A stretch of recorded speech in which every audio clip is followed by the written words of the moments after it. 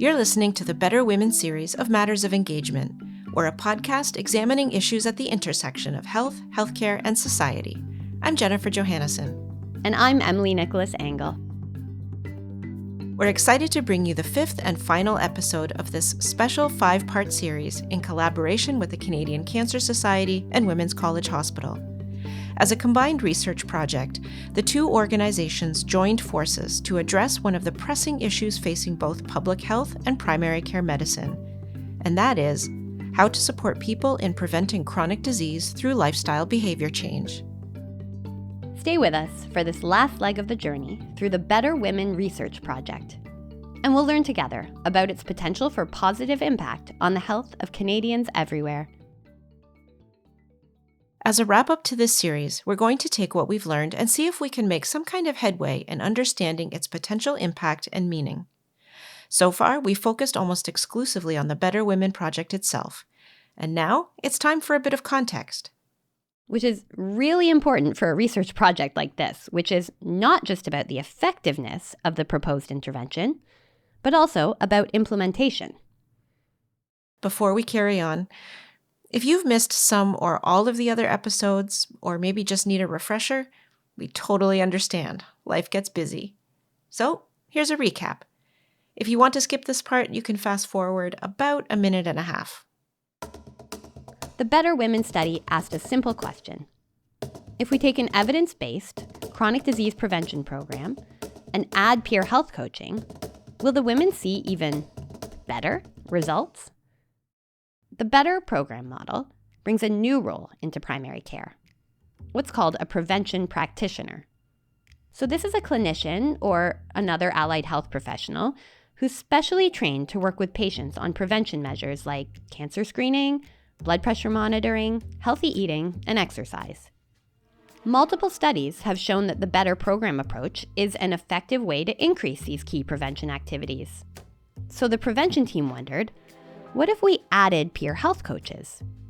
Trained volunteers with their own health experiences who could provide ongoing support and accountability between clinical visits.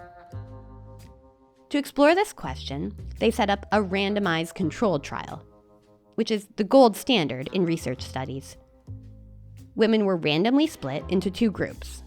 One got prevention practitioner support alone, and the other got that plus a peer health coach for 6 months of regular check-ins and goal setting. They measured concrete outcomes. Did women complete their cancer screenings? Did blood pressure improve? Did they engage in more physical activity and improve their diet? These are all targets that matter when considering disease prevention. There were some hurdles. The COVID-19 pandemic forced a pivot to online-only meetings, and participant recruitment was a challenge. But the peer health coaches showed up with enthusiasm, the prevention practitioners went above and beyond, and the participants stayed engaged throughout. Unfortunately, though, when the data came in, it showed that peer health coaching didn't produce statistically significant improvements in the chosen measured outcomes. But here's the thing. When they actually spoke to the participants and coaches in the qualitative portion of the study, they heard something different. Women described increased confidence, meaningful relationships, and felt real support that helped them work through their ambivalence and get ready for behavior change. What does it mean when the numbers say one thing and people's experiences say another? In our last episode, we started to unpack this question as we listened in on the research team grappling with the mixed results. We heard the disappointment, but we also heard that this is not at all an uncommon outcome. Well, in an ideal world, research will net out with definitive, conclusive results. But in actuality, outcomes can be confusing and unexpected, and will require nuanced analysis and reflection. And this isn't a bad thing. Research, regardless of the outcome, adds to a wider body of knowledge that helps to bolster current understanding and steer future work. Our first guest in this episode is Dr. Ruth Heisey. She's a primary care physician and was one of the principal investigators on this study. She's also the inaugural medical director of the Peter Gilligan Center for Women's Cancers at Women's College Hospital. We asked Ruth for her thoughts on the Better Women Project outcomes and why she's as committed as ever to the idea of peer health coaching. I think when we started out with this project, we were very ambitious. We were not counting on the pandemic. We had a lot of challenges that we had to overcome. And clearly, we didn't have the numbers of recruitment that we were hoping for. We didn't have the results we were hoping for. But I do have to say that it has been an awesome journey. And actually hearing the voices of the prevention practitioners and hearing the voices of the women who partook in the program, we know we still have something very special here. Ruth situates this project in a healthcare system that is struggling on many levels. We know that in our overburdened and over-challenged current healthcare system with an aging population, increasing complex chronic disease, I think we've really dropped the ball a bit on prevention strategies and upstream strategies. We know that most care occurs in primary care. We know that highest quality of care in terms of cost-effective care is in primary care. So we know we need to bolster our offerings in primary care. And one of the things that primary care does so beautifully is prevention. Yeah, this has been a common theme throughout this series, that prevention should be the upstream focus to help relieve emergency care and the burdens of chronic disease, both on the system overall and, of course, for the well-being of people. So I think it was an idea ahead of its time in the sense that we are training an individual as a member of the team to do the prevention work as opposed to the family physician or primary care physician or nurse practitioner themselves. And then we went even further to try to embed this in the community by the help of a peer health coach, which will be the way of the future, will be the way to reach marginalized populations. We will be using more peer health coaches. We know the value of peer navigators and patient navigators that are embedded within communities.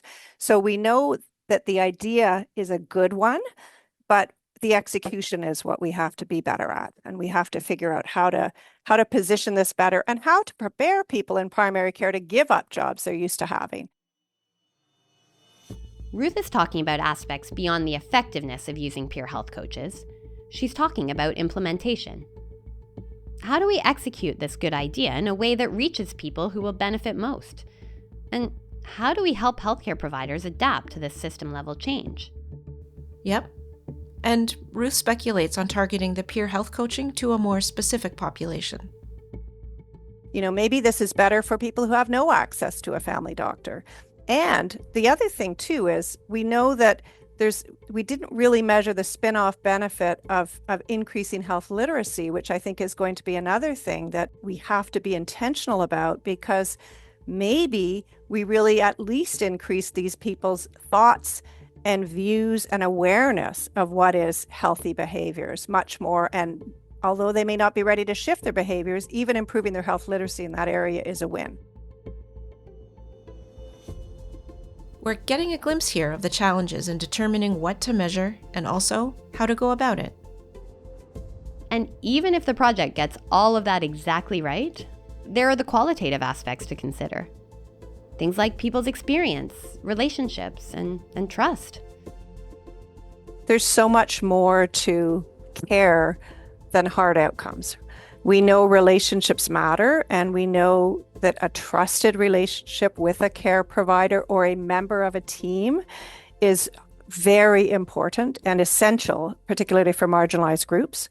Building trust can take a long time and is part of the secret sauce of this approach, because you have somebody who is listening to the patient goals and supporting the patient in their own goals. And their own goals, as we did identify, may not really align directly with tangible, measurable outcomes to improve health, but they may be along the trajectory towards improving health. A common theme in the reflections of this project is around the study timelines. 6 months is very short to be looking for significant or even insignificant behavior change resulting in measurable outcomes. And that's the thing with behavior change, is it can be very tiny, it can be very slow.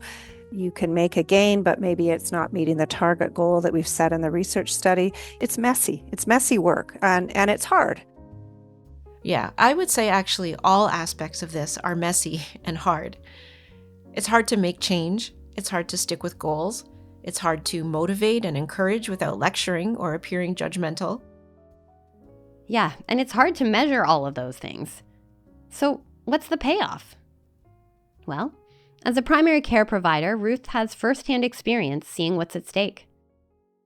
If we don't pay attention to prevention of chronic disease, our healthcare system is only going to get more overwhelmed and overburdened. We really do need to pay some attention to this part of life. A lot of bad health is very fortunately preventable. And I think the onus is on us to keep fighting for change so that we allow more people to be aware, to be informed, and to be offered the chance to improve their health. The devil's in the details, and I think that's where we have to dive in a little bit more. But the idea is a good idea. It's a good concept, and I think we should explore it further. So we were curious about what the peer health coaches thought of these results. Their experiences were the focus of an earlier episode in this series, but we hadn't touched base in a while. So we circled back with Lena Palmer and also heard from Richa Tewari. Both commented on the notable difference between what the study measured and what their coaching participants wanted to work on. Lena also noted that her experience aligned with the idea that many of the participants who received peer health coaching were, well, pretty well resourced already. Maybe they didn't have much room for improvement. She also wondered about levels of commitment and accountability in a study like this, where the coaching is provided for free. It's actually a really interesting point. And Richa thought the coaching model was nevertheless still quite valuable. She identified with some of the qualitative findings about relationships and connection, creating the foundation for motivation and making changes. Okay, so it seems we have a bit of a mixed bag of responses, but overall, the vibe is positive. Now, at first it sounds kind of contradictory, that we get a mixed result, yet the researchers and scientists are still enthusiastic. Now, this can be better understood through the lens of implementation science, which allows us to take a more expansive view of the results and learn from how the research was implemented, not just what. We brought the Better Women Project to Laura Desveaux, an implementation scientist. She directs the Learning Health System Leadership Center at Trillium Health Partners and has spent her career figuring out not just whether interventions work, but how to help people actually implement them in real-world settings. She offered a frame through which to understand the differences and relationship between effectiveness and implementation. When we are looking at something new, a model, a practice, an intervention, implementation science will refer to that as the thing that we're interested in better understanding. And so if we were looking at the effectiveness research, that's about whether the thing works. Does this produce the outcomes we want it to produce? Important to know. Implementation research is about looking at how to best help people, organizations, places do the thing. So how they reproduce that effectiveness in their context. Within that, there's also implementation strategies that we study and produce evidence on. And those are the things we do to try to help people do the thing. The interplay between effectiveness and implementation is important to recognize, because it can make all the difference in figuring out how to actually introduce something new into the real world. Whether it's a new practice, like the Better Women study, or a new therapy, or perhaps a new drug or medication. Let's say a drug has passed the efficacy test. We know it works for something or other and want to start prescribing it right away. But, of course, it doesn't quite work that way. There are so many questions that would have to be answered first. When you take an intervention out of the human body and it involves multiple actors or humans interacting, a healthcare professional, a patient, maybe family, caregivers, community members, what have you, you need an approach to understand the mechanisms of dose. How much of something do you need to deliver? You not only need to know the strength of the drug, how many days you need to take it for, how often you need to take it. Again, it's the same type of prescription that implementation science is hoping to illuminate.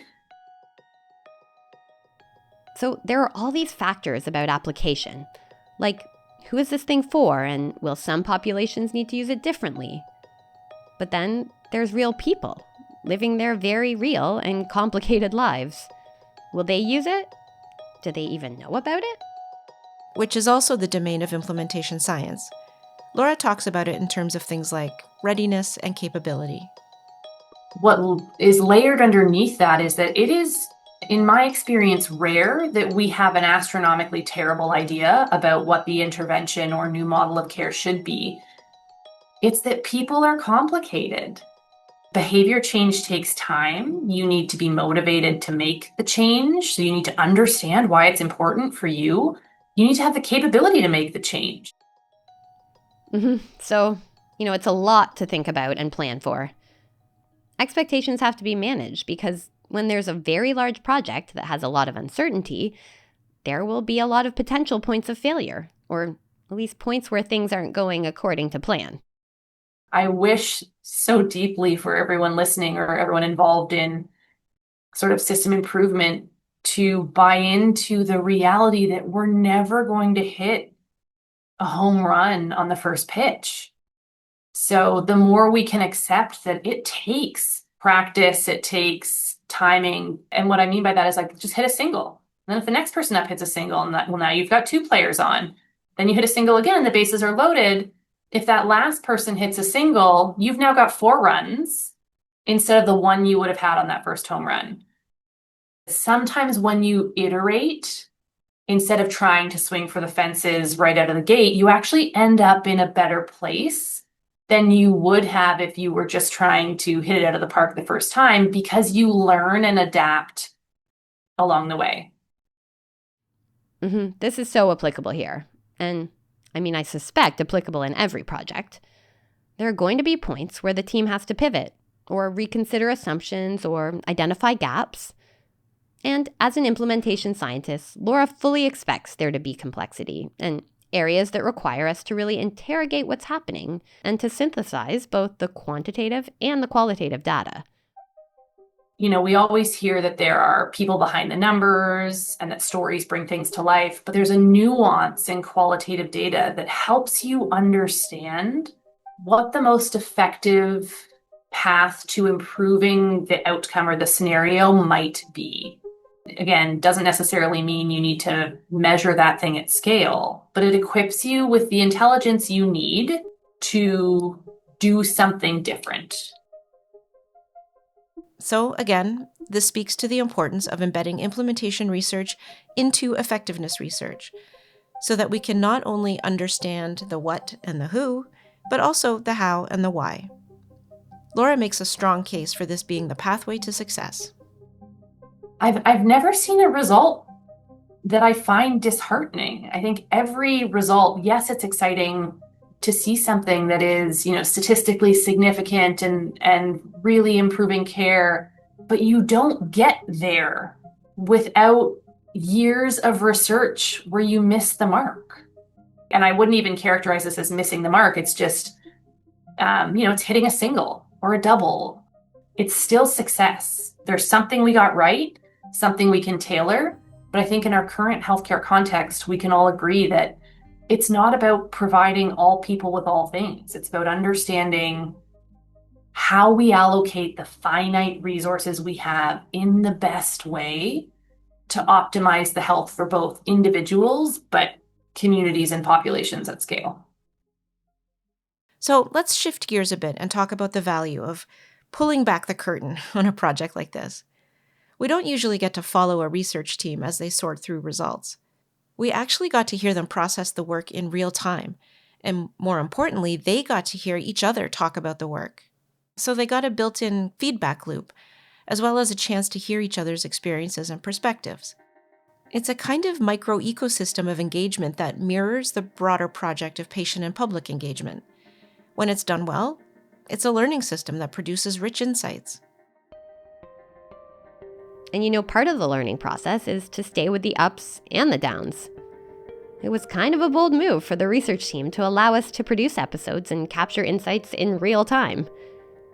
we don't often get a chance to report on projects until well after they're finished, and the team has had a chance to digest what's happened and figure out what they want to say or to write about it. Yeah, that definitely wasn't the case here. It was kind of a big moment for us as the producers of this series when we realized that the narrative wasn't going to play out the way we expected. We had to shift things on the fly. Well, we've seen how badly that can go. Like with communications during the COVID-19 pandemic. The scientific community was trying so hard to stay on top of the spread of the virus, as well as vaccine development, as well as public perceptions and understanding of what's going on. It really created a lot of confusion in the public, who by and large had really no experience or direct contact with how research actually works. Yeah, learning about the scientific process and hearing researchers and specialists actually talk through their expectations and disappointments, I think can really help to increase science and health literacy of the public. Not just about the science and the rationale about public health recommendations, but also a way to grasp timelines and nuance, maybe even funding, and why it's actually really important to change the direction or the messaging when you learn something that indicates you ought to do so. I suppose that's one of the goals of getting patients and the public involved in research projects, to demystify the process somewhat. But, we've talked about before how that really only helps the individuals involved. So when you get things like this podcast or popular science videos or webinars, anything related to knowledge translation and dissemination to the public, it can reach far more people and bolster public understanding of the importance of the scientific process. Yep. Well said. Thank you so much to all of our listeners for joining us on this journey. This is Jennifer and Emily signing off. Until next time. This series on the Better Women Project was brought to you by Matters of Engagement in collaboration with the Canadian Cancer Society and the Better Women research team at Women's College Hospital. Thank you to our guests on this episode: Laura Desveaux, Director and Scientist at the Learning Health System Leadership Center at Trillium Health Partners, Senior Fellow with AMS Healthcare, and Founder and Executive Director of Women Who Lead, and Dr. Ruth Heisey, Physician and Strategic Advisor at Women's College Hospital and Associate Professor at the University of Toronto. And thanks to the peer health coaches for their contributions, Lena Palmer and Richa Tawari. And special thanks for editorial and administrative support provided by Karen Kuzmich, Christina Macri, and Shabina Amlani at the Canadian Cancer Society. And to Natasha Cthulhu-Goda at Women's College. This episode was written and produced by Jennifer Johannesson and Emily Nicholas Engel. For a full transcript and for more information, please visit mattersofengagement.com.